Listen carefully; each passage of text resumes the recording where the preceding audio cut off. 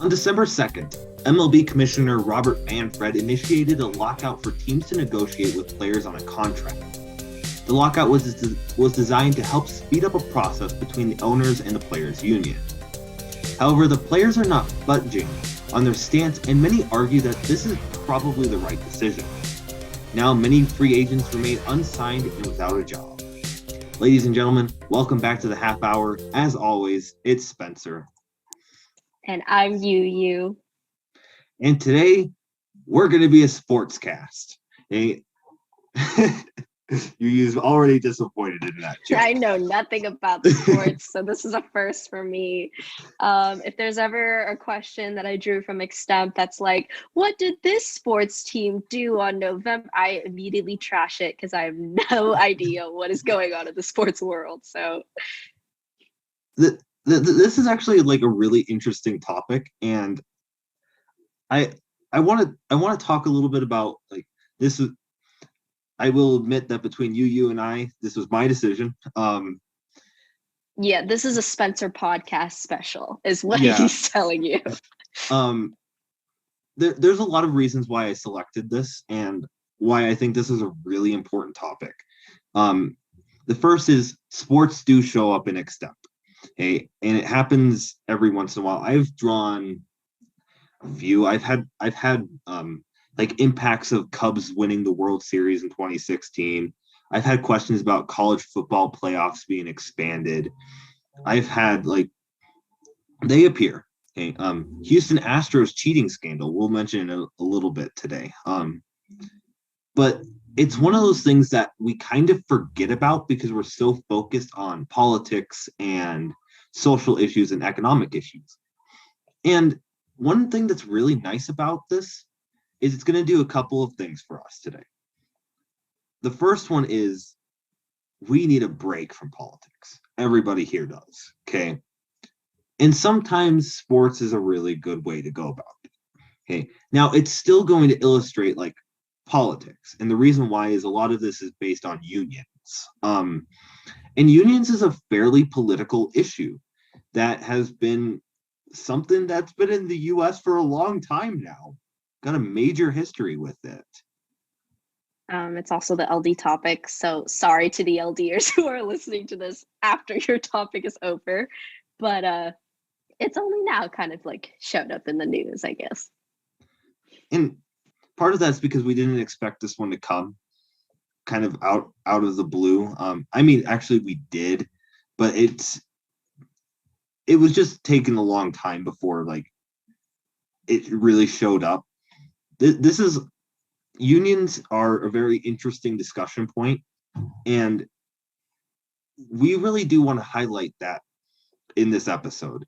Like, it's very difficult to come to an agreement between an organization and a union, and that's a really big point. Is sometimes sports can help illustrate political problems in a way that can't be described in an actual political sense, if that makes sense to our listeners, right? So when we're talking about unions in this episode, right? We're all familiar with we're all familiar with history of unions and such. And UU's going to talk a lot more on like current unions and what's going on today, because as she's mentioned, not as familiar with sports. But the thing here is, this is a good topic to help illustrate really how a union works, and because it broke a lot of news stories. Like the moment this hit, it was all over, and it could be one of the biggest sports scandals in a long time because there is a lot of problems with what's going on. So when we ask why are we talking about sports, this is the big reason. Also, when I coach, I've done a little bit of coaching. Usually when I coach, in the first month of coaching, I throw a topic out to my extempers about sports. Like, I just throw it out there and I say, this is what you're going to research for next week. And they go, wait, why? This isn't politics. And it's because there's actually politics involved in it. But you find it in a different way to explain it. And then you can take this and tie it to like intro material sometimes. So there's a lot of really good material that will come out of this. Yeah, I mean, unions are really important and something that all of us should know about. So I hope you enjoyed this episode and all the information that we're going to talk about. It's mostly going to be Spencer ranting about the MLB and me talking about the general trend of unions. But without further ado, Spencer, if you want to get like right into it, I'm ready when you are. All right. So I'm going to break this down into pretty much 4 parts. We're going to have the lead up to the problem with the 2021 season. We're going to have Robert Manfred's letter to the fans, the stance that the union is making, and then we'll discuss the lockout. To start, let's talk about the lead up in the 2021 season. And this is probably a true statement. A lot of people watched MLB even for the first time this year. The 2021 season was one of the best for baseball ever. There held record numbers for viewing baseball on national television. The All-Star game was one of the most watched version of any All-Star game across all major sports, including football. For those who don't know, football is typically pretty popular. The NBA All-Star game is typically pretty popular. MLB beat both. So kind of a big deal. This year was a good year for the sport, and people wanted to see more because there's a lot of cool players in the sport. Most people are familiar with like Shohei Ohtani or Ronald Acuna Jr. or Fernando Tatis. They know people who are like these really star figures and just cool to watch, and they want to see these players. And then there was the infamous Field of Dreams game. So this was a game that made reference to a classic movie called Field of Dreams, and it took place in the state of Iowa. They built a baseball field right near the casting of the film, and they decided, hey, we're going to have one game in this field this year. And it brought major attention to the sport with the history of the movie, and they wore like old uniforms, and it was not just a good game, it was a fantastic game, and people loved it. They loved it so much that there's going to be another game there next year. Like MLB recognized that they want to bring attention to this game, and that there's a lot of attraction right now with the game. Then we had the World Series. The Houston Astros, originally accused of cheating in the 2017 World Series, were out to show the world that they really weren't cheaters. So they made a run and basically earned the second best seed in the playoffs and eventually made it to the World Series. And it was going to look like a repeat of 2017 when the Los Angeles Dodgers had a chance to make it to the World Series. However, they were stopped by the red-hot Atlanta Braves, a team that had a losing record until the top of August.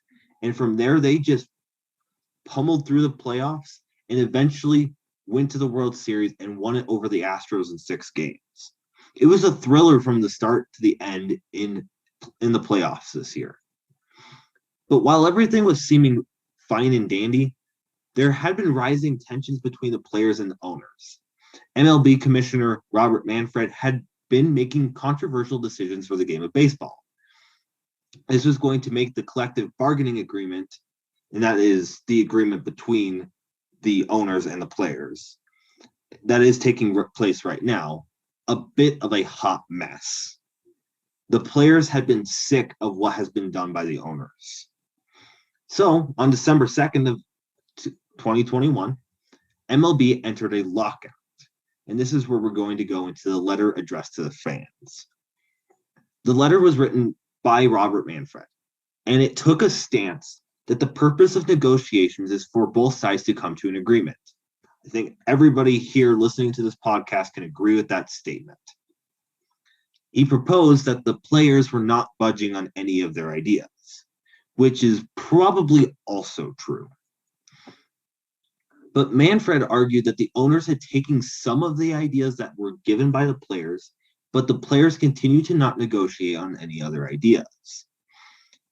The players had a reason to do this. Since 1994, which was the last time that there was a major strike in MLB, the players had given up so much they felt deserved to be in baseball. And under Commissioner Manfred, they felt more obliged to hold their stances. So the issue in 1994 resulted in a strike that paused baseball. If I'm not mistaken, if I recall my history correctly, the World Series did not happen that year. I will link more on the strike of 1994 in the sources, because that's a really good example to tie into this kind of speech or this kind of topic. But there remains a question about whether another strike will happen, which could make this possibly the biggest sports scandal in a while.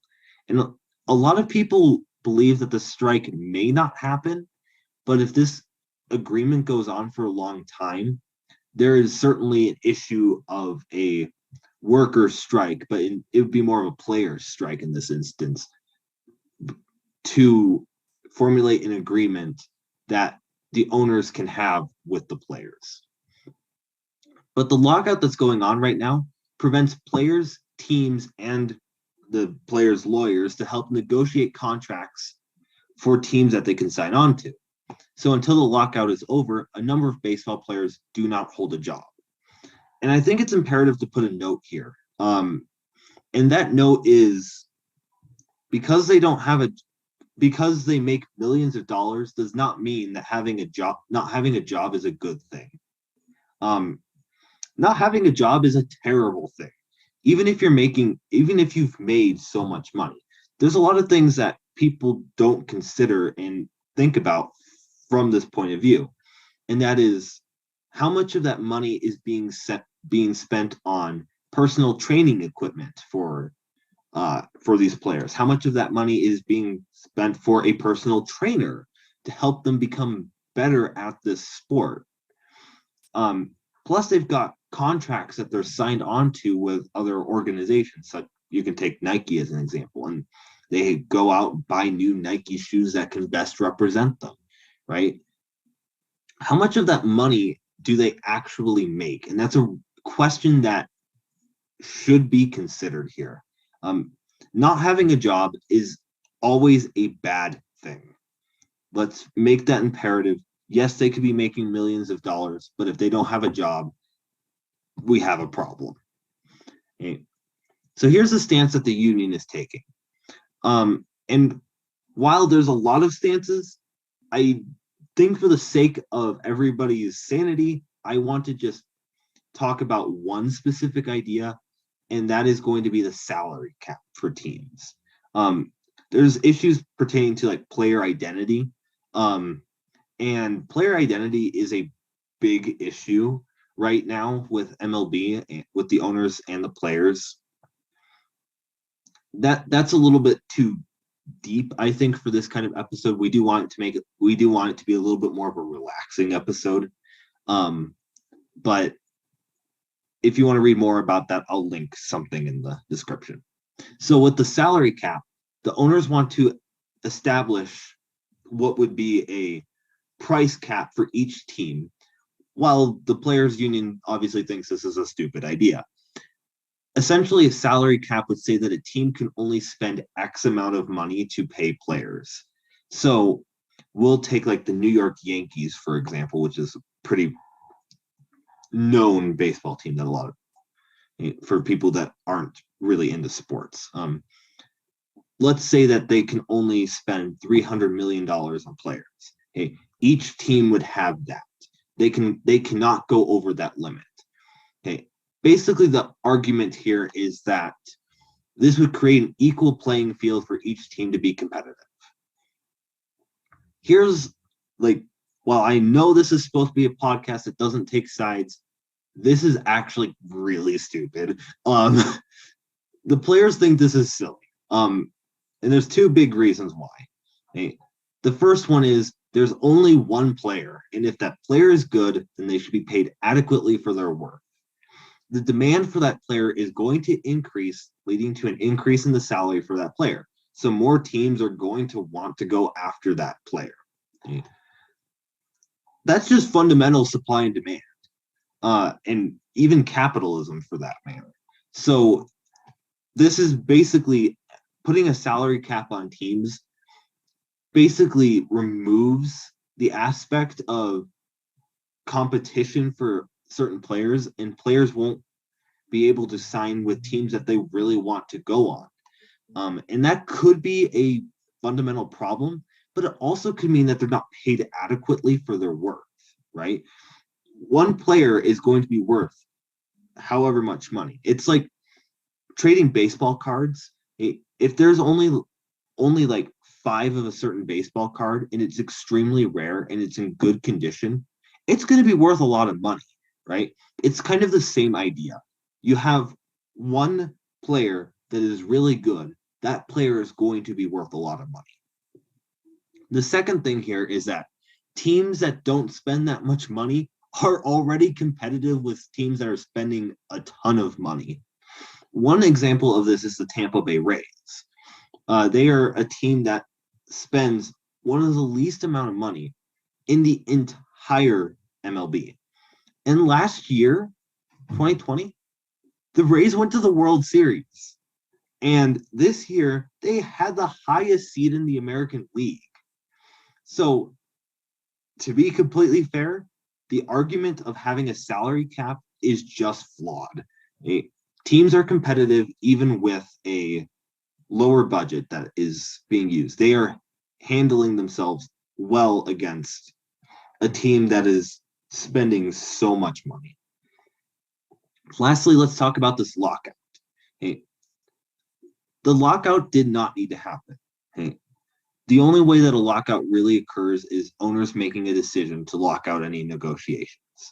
So the owners had agreed that they are going to lock out players from being able to sign contracts. So the agreement and the agreement that could eventually come between the players and the owners could still exist in a world where a lockout did not happen. That's imperative to note. This lockout didn't need to occur. So they could still be negotiating and players could still be signing on to teams. But the players and the owners decided that there's no lockout in place, or that there's going to be a lockout in place, and that can't happen. And the reason why they did this is admittedly kind of smart. It was enforced by the owners in order to speed up negotiations. Here's the thing, though. While this is true, and it's a good thing to speed up negotiations, so that way, like, the baseball season isn't harmed, it is unknown as to how long the lockout could continue. And even though it may be speeding up the process, who knows if that process would have been 6 months and it gets cut in half to 3, right? And right there, that's going to lead to today's Extemp question. We'll talk about that in a little bit, but this is stupid. Like, I mean, I know you're not involved with sports too much, right? But I think a lot of people can agree that, like, just looking at the salary cap, like, we're not going to go into player identity and stuff like that. But just looking at the salary cap argument, like, seriously, like, if we just understanding basic economics, it's just kind of silly. Like, teams should be able to have the option to sign players to long-term contracts if the players wish. I mean, yeah, I think just like hearing the idea of a salary cap is kind of interesting, because I'm sure all of us are familiar with and know that we have like a minimum wage. We don't have like a maximum wage. Like, we set a floor, not a ceiling. So having a ceiling is kind of weird in the sense that, like, you can't earn more than this at all. And that concept to me is just kind of weird. And it's even like sillier as you're like describing the whole situation and everything that's been going on. There is an interesting part to this that I didn't bring up, and that is they do, like, both the owners and the players do agree on like having a floor, right? Because there isn't really a floor right now. Yeah. So having a floor would be a good thing, but having only a range in which a player can be paid is just so odd in Yeah. every way, shape, or form, right? But Yeah. this is kind of like the purpose of a union, though, as you're about to go into here, right? Is the purpose is to be able to negotiate a middle ground that maybe there could exist a time and a place where there's a salary cap, but that salary cap is so high that it's not possible to be hit for 10-15 years before like a new agreement needs to go into place. Yeah, and I think like this is where you get into the nitty gritty about like, well, maybe salary caps are good because then that means we're not spending millions on sports. But at the same time, like that could spiral into just our labor industry in general. And no one wants to have like a cap on their salary. Like people want to keep earning. And I think it is reflective in the union stance in that they don't want a salary cap because that means these players don't get like what they deserve. And that's like kind of the purpose of unions is to negotiate with management so that management can finally respect workers and kind of like respect them in the sense that they are getting paid what they're due. And that's kind of the tidbit of my section today and what we're going to talk about in terms of just the general trend with unions in the United States and also what's been going on generally with every industry. Of course, I can't cover like every single industry because then this podcast would take like days on end. So we're going to cover like the biggest ones that are appearing in the news. So it's not just about the MLB, and you can use this podcast in like a union question if you would wish. But again, I know nothing about sports. Bear with me. And second, this portion is mainly going to be about that trend that has been associated with labor unions. And we'll try to connect that back to what's been happening with the lockout. What I do want to mention is that it's good to know that there are two kinds of labor stoppages, meaning moments when work has stopped, or in this case, when playing or negotiating contracts with different MLB teams has stopped. And in this case, there are a lockout and a strike. We know strikes. Strikes are when workers stop working themselves to initiate or to push for a negotiation about labor benefits. Usually it's in terms of them feeling like they're not being compensated enough and management doing a horrible job at their job. And a lockout is different in terms of it's when management prevents the workers from working, or in this case, it's preventing the players from getting more contracts, from gaining access to whatever privileges they had or whatever facilities they had for practices and stuff like that. And in this case, the MLB did a lockout to speed up the negotiation process and have their season start on time. Whether or not that's going to happen, we'll see. I honestly think that this lockout has just aggravated the players even more. It might cause them to strike after the lockout ends, but we will see what happens. We'll see like how negotiations fan out and whether or not the players will get what they're deserved. But generally, in the United States, there has been an increase in strikes and an increase in the membership of unions, just generally.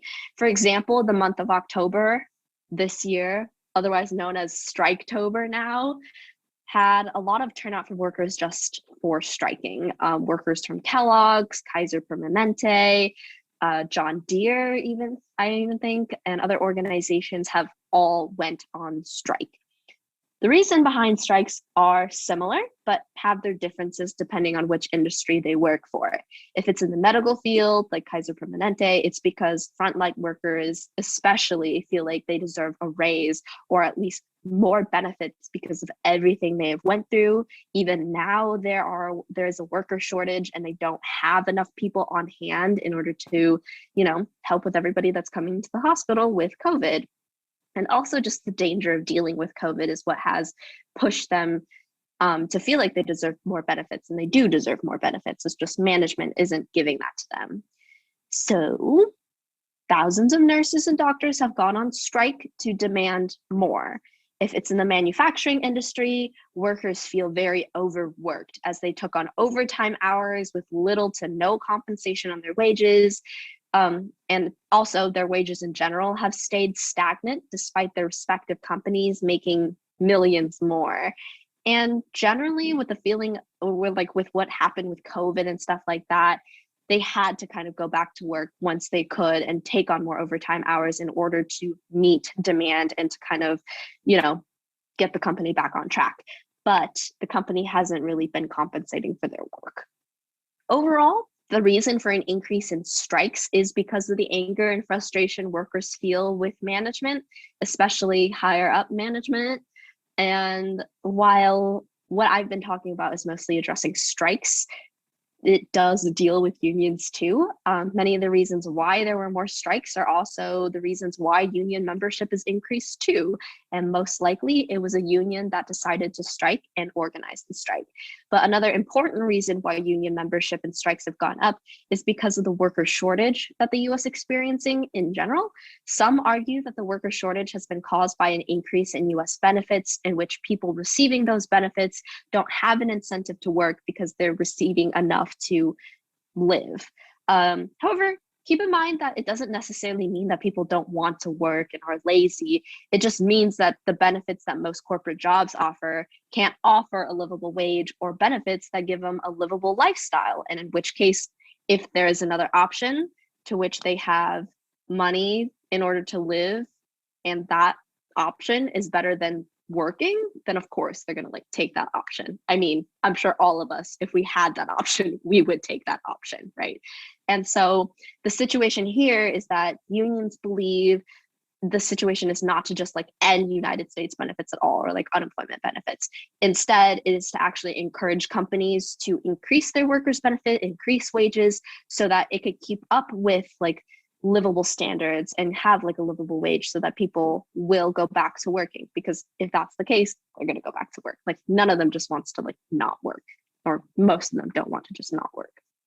So we see an increase in union membership among the biggest corporations like Kellogg, and even places like Starbucks, or even attempts at creating unions for the biggest corporations like Amazon have started too. Some of them have been successful, others have not been so successful. For example, Amazon had a vote to decide if they could unionize or not. This way, or the way that this works, is that they'll take a sample of workers and ask those workers whether or not they want to unionize. The vote failed, unfortunately, so they won't be unionizing, in which case they won't start negotiation processes with management in order to increase their benefits or to increase their wages. So sad. But others have kind of been successful. So Starbucks, on the other hand, has formed a union where they will be able to negotiate better wages and working conditions. So it was a win for them.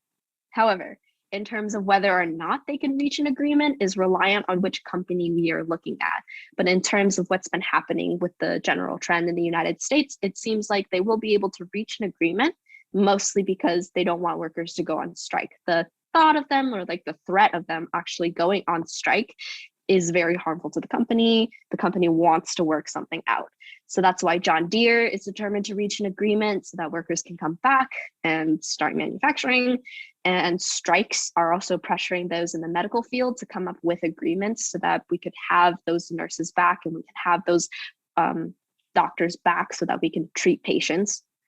And then Starbucks is also starting their negotiation process, and we'll see where that goes. We don't know yet. But the majority of these companies, while they are medical field based and manufacturing based, they're striking, but other fields are striking too. So like teachers, we know of the big union strike, I'm sure all of you are familiar with, in 2018 that happened. Well, teachers are again striking again to like have better wages and to start that negotiation process. And even bus workers are starting to unionize so that they can negotiate for their wages and stuff like that too.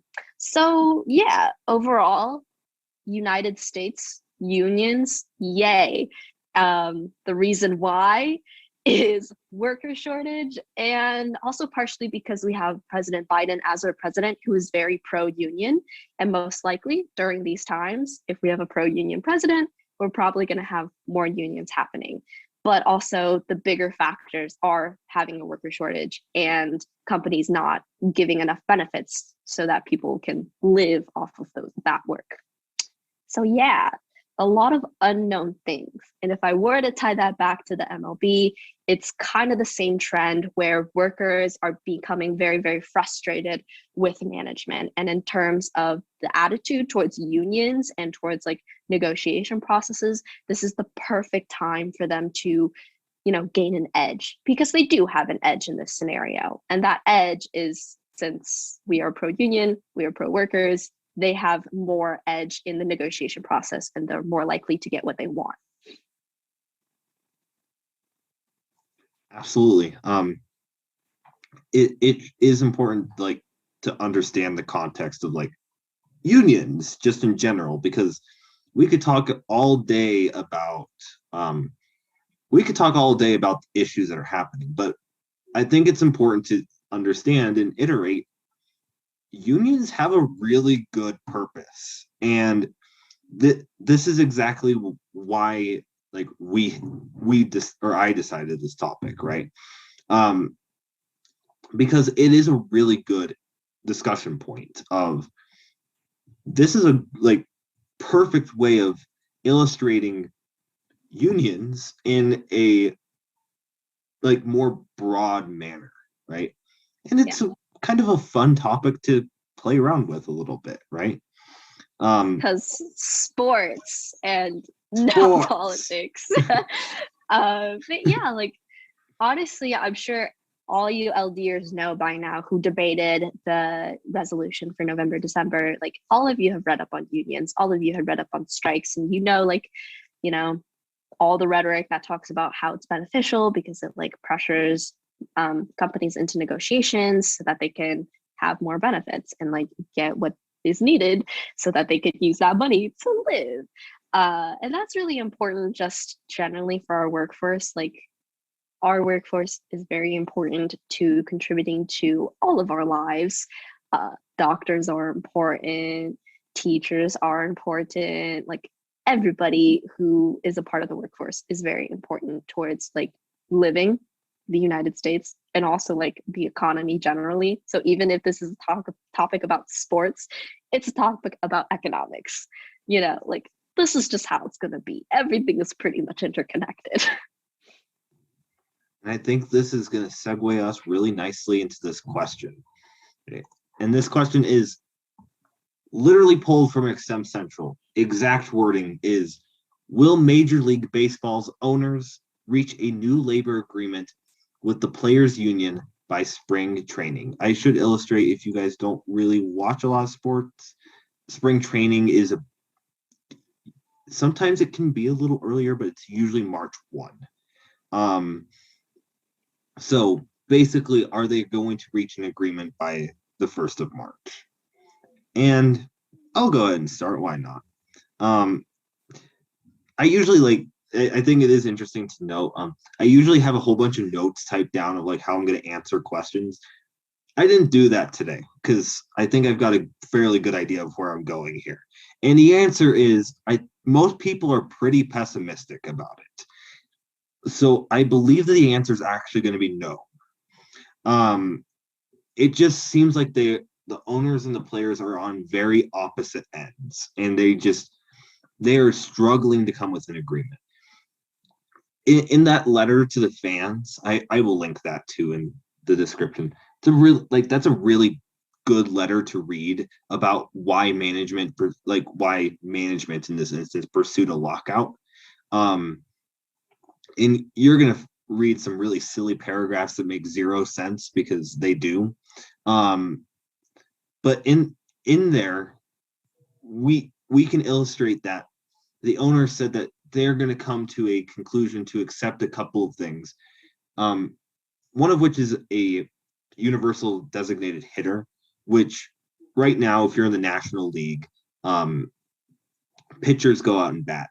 And the issue that people have is pitchers can become injured by not having or by going up to the plate and batting when they really shouldn't be getting injured at the plate.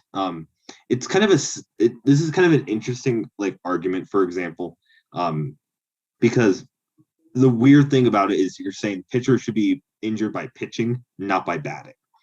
And in a lot of ways, if you really think about it, it makes sense. And hard to say it that way, but that's something that the players have wanted for a while is a DH, so their pitchers can be healthy. Because they shouldn't be hit with a 100-mile-an-hour fastball that possibly breaks their arm, right? But really, in the grand scheme of things, that's such a slight thing to agree upon, right? Because we're talking about like the amount that players can make or the identity that players can have on the baseball field. Okay, there's a lot of questions that persist that are much bigger impacts than what have been agreed upon in that letter, which means that even if they're going to start taking steps in this sped up process, that's going to take a long time. And that's why most people are generally optimistic or pessimistic rather. I guess a good contrary argument to this is like I explained that last season was one of the best, right? Most people watched baseball for the first time. There was a good amount of people that watched it because they heard about some of the cool things that was going on. Like it was interesting. It was the sport to see. People wanted to watch baseball. And many people learn this in their history class. They are taught about baseball. They are taught about the history of it. Just kind of, it's a general brief history about the sport kind of coming into play. And it really is the classic American sport. Okay? You can't argue that football is. Baseball's been around for longer. And it's a sport that is really American driven in a lot of ways. And it's what makes it cool, right? And the fact that it had such a widespread support is what makes some people optimistic about the fact that they're going to come to a conclusion. And that conclusion is going to happen before March 1. That way people can have a job, people can be signed with teams, and that's a good thing. Okay? In a lot of ways, people want to make money, they want to have a job, they want to play the sport. If you've ever talked with a baseball player, right? They're great people. Like most of them love the fans. Most of them want to talk. Like they love like going up and autographing baseballs or baseball hats. Or if you're in football, you can get autographed football from Tom Brady or whatever, right? And the big thing is it's something that players want to have. And the owners share the same fundamental belief. They like baseball. They want baseball to be for the better. Okay. And that's a generally optimistic way of viewing it. And from kind of that point of view, you could say yes. But I personally think that most people are pessimistic. It's not really going to be sped up because they are just on different levels. And it's going to be very hard for the owners and the players to truthfully agree. As you was mentioning, there could be a possibility of a strike. We do think that there's a bit of it's been mentioned since mid-season this year, mid-baseball season, so that's about July, that there's a possibility that a strike is going to happen.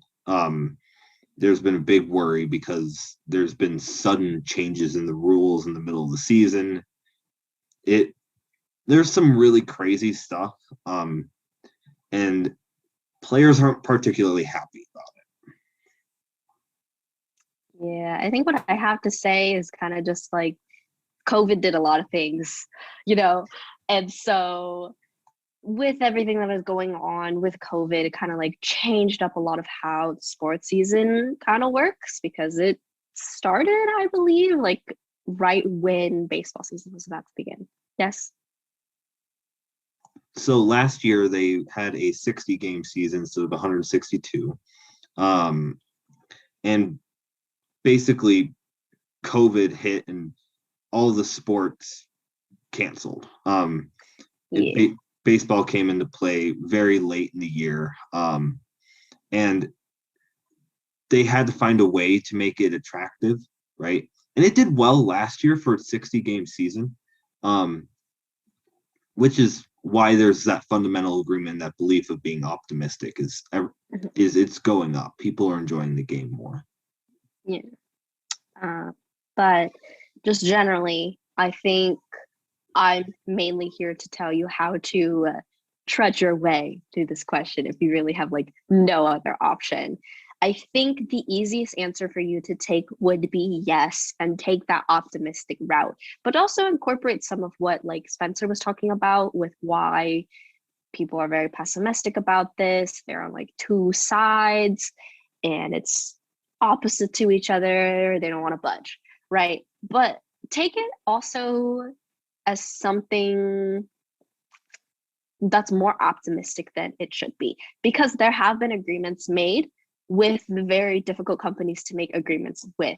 So if you talk about the general trend of unions, right, you can mention that companies like Kaiser Permanente was willing to change it up a little bit, even though they're a company that it's like known for their set hard ways of like keeping all of their profits to themselves and not really giving it to their workers. But they were willing to start negotiations. Even Starbucks was willing to like start negotiations, and they were the ones that like voted against unionizing. And so like take into account that these unions do have an upper edge right now in determining negotiations and stuff like that. So if these owners of the MLB really want to have the season start on time, they're probably going to have it figured out by March 1st. And they're probably going to be more lenient, or not be more lenient, but like they're probably going to, meet up with what the workers want, and like give them what the players want in this scenario, in which case you can have an agreement. All sides are like at least content with what's happening, and they'll like figure it out. Also, another part that you could bring up is like the fans really want baseball back too, right? If you cancel the season again, or if you delay the season again, fans aren't going to be happy. And also for the owners, it's not going to really look great on them too, because they're going to be the ones like get the backlash and like get the hate, because at the moment, I'm sure the fans are mostly siding with like the players rather than the owners. And in which case it gives more of an incentive to kind of make that negotiation process easier, in which the workers get what they are due. And I think some of these points that you could talk about with baseball, and in terms of like the fans, and also with the general trend of unions, could be a way that you could take this speech.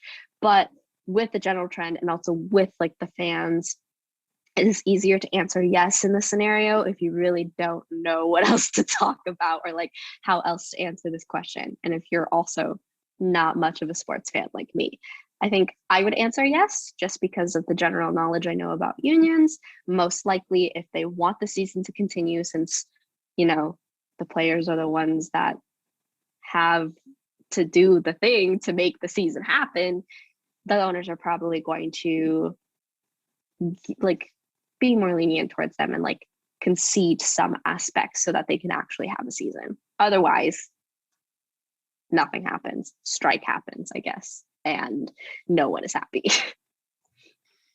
I did quickly double check that source. Usually spring training's around March 1. That's a general like accepting. It is February 26th next year. just a note. So I did want to like double check on that. You like I said, usually around March 1. So if you don't remember that, it's around the beginning of March. Late February, beginning of March. So yeah, I agree with that. I think a really good approach to this, if you are not a sports fan, is take history, take what's going on with unions now, and provide examples, because there's a chance your judge could be not involved in sports, right? Or there's a chance that your judge is me and I am listening to MLB podcasts all the time. Not just podcasts, but I watch the sport. Like I'm a Cubs fan. Like I'm like one of the like best teams, best like fan bases in all of like sports, period, is the Chicago Cubs. And like there's a chance, right? But at the end of the day, nobody's gonna fault you for taking it, right? So I know we're typically a general audience podcast as well. We've done a lot of Extemp talking here. I want to note with Extemp here, kind of to continue on our like trend of how this video has been going. These questions stand out in a room, and it makes it very interesting because like we talk sometimes about having a speech that is memorable, right? And that sometimes gives you really good rankings, right? But if you picked a sports question when everybody else is talking politics, social issues, economics, do you know what your judge is going to remember? The person that gave the topic about sports. Okay? And that's kind of one of the reasons why I took them, is because, surprise, they actually do well. I think another point to mention here is at nationals, there's usually a topic area in domestic extemp on arts, entertainment, and society.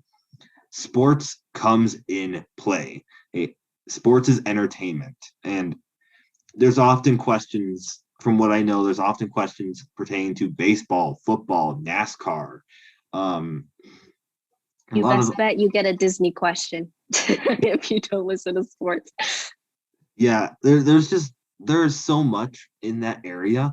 And sports does fall in, and like you got to know culture, right? And this is a really good topic to discuss that with. And now you guys are also more knowledgeable on unions, right? And we took a laid back approach to discussing unions, and we probably taught you more about unions than you knew before. If you were an LDer, I hope none of this information was new. Besides the baseball portion. Yeah, besides the baseball portion. But yeah, like I think generally with sports topics, I don't pick them. You don't have to pick them, but kind of just knowing them and being aware of just what's going on generally, especially if there's controversy within a sport, like kneeling during the pledge is one of them, or like now lockdown with the MLB is another thing. Like, especially if there's controversy within a sport, it's something that you always want to just take a glance at, like look at it so you generally know what's going on, and then maybe like look into the bigger issue of what is going on. So in this case, we took a look at unions within the lockdown of the MLB, and we learned a little bit more, and we can now use that information to apply it to the question if we ever drew it. So I guess the main lesson for today's Extemp episode is to just be on the lookout for controversies in sports and media, and then you'll become a good Extemper. Yeah. But yeah, I think that concludes our episode. We only had one question, if that is any indication to you of how rare these sports questions are. But I also want to say, because we didn't say this in the beginning of the episode, Merry Christmas, Extempers, speech and debaters, and everybody else, because this episode comes out next week, which is Christmas week, and we don't have any other opportunity to tell y'all Merry Christmas. So Merry Christmas. Have a great Christmas. I hope you get the one in the round. I hope you do well in the round.